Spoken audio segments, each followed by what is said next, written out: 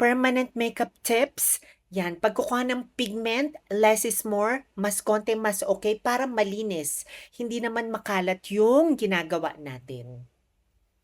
And ayan nga, always stretch the skin. 3 points or 4 points.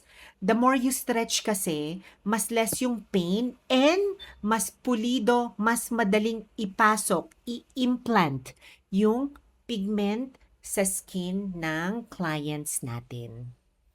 Yan. You can do pendulum or whip strokes or any technique that you like that is comfortable for you. Yan. Usually ako nag start talaga sa tail.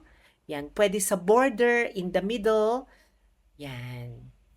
Kasi nga ang tail natin, tail nga ng eyebrows, di ba okay lang mas dark siya compared sa head para nga ombre effect. Yan, pwedeng balikan na stroke or one direction only, depends na nga sa inyo. And ito nga sa head part, mas okay long strokes and light para nga ma-attain natin yung ombre effect. Yan, pwedeng mas light din sa upper part ng eyebrows.